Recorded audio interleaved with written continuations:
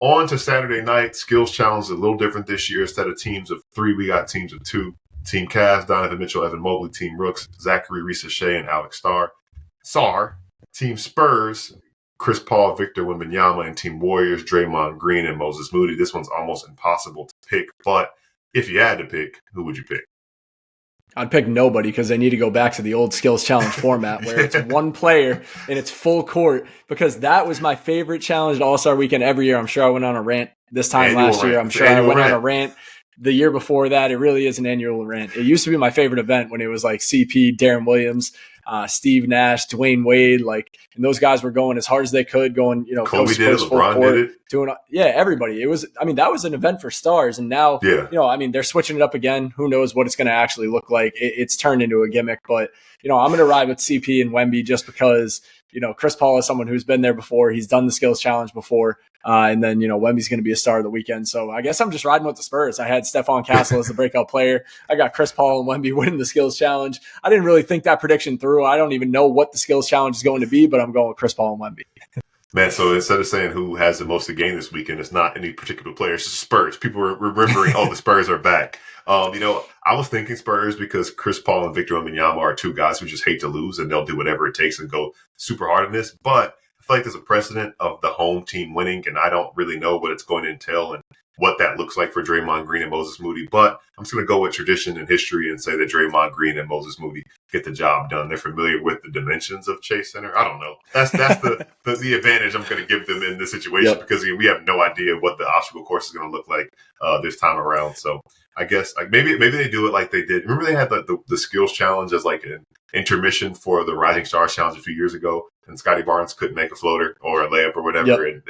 So maybe it went viral. It's like the Clorox cleanup challenge or whatever. So maybe they do something like that, but it'll be interesting to see how that goes. No Steph versus Sabrina 3-point contest this year. I think what the NBA was trying to do was to get Caitlin Clark involved, and because they didn't, they couldn't add on to what it was last year. We'll just have the traditional 3-point contest, which I think year after year, there's a case to be made that the 3-point contest should be the last event and the feature event, because it feels like the energy and the entertainment level peaks at that point nowadays. And there's just so much suspense and are you going to be able to match whatever here, there? And I've actually been expecting that to change. And maybe Adam Silver hears this because I know he subscribed to NBA Soundsystem Canada, and he takes heed to what we're saying here. But before those changes are made, I'll read off the field for those of you unaware.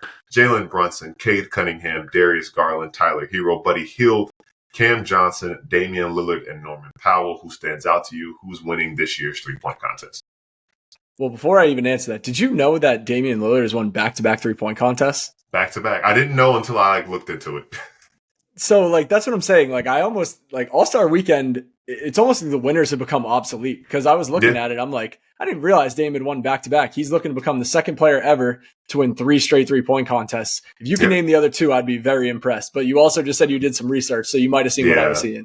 Yeah, I got it. Larry Bird, Craig Hodges. And shout out to Craig Hodges, because the third one he won, he wasn't on the NBA team, but they invited him back, and he wore a generic NBA uniform in the 3-point contest. So there you go. So Dame Lillard looking to join those 2 guys.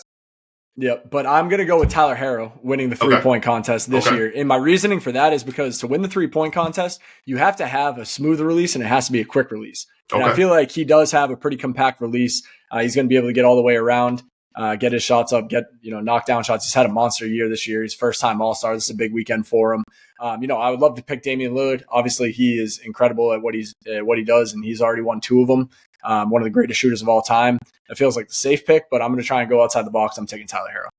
Damian Lillard back in the Bay. No, I know he's from Oakland. It's not necessarily in Oakland, but I was thinking he might get that hometown boost, especially because the streak started when he was in Utah and he wore the Weber State uniform. So I'm fully expecting him to wear an Oakland High School uniform in this 3-point contest. But I'm going to switch it up as well, and I'm just going to go based off the numbers. And again, I don't know. It's really impossible to predict, but Darius Garland, at the time when I first looked through it, had the highest 3-point percentage out of the entire field. Cade Cunningham with the lowest, for those of you who are curious. But I don't know. Maybe we see some momentum from him. The other one that I was thinking about picking was Norman Powell, kind of like hey, you snubbed me, but you know what? I'm going to go out here. I got my new Skechers on, and I'm about to go hoop, because he just signed with Skechers. So he'll be wearing some Skechers during the 3-point contest. So definitely excited to see how that unfolds, because like we said, that's usually the most exciting event on All-Star Saturday night, except this year, Jello's performing Tweaker. So that definitely is going to take the cake this year and All-Star Saturday night. Now, we talked about three-peats, and there's another three-peat on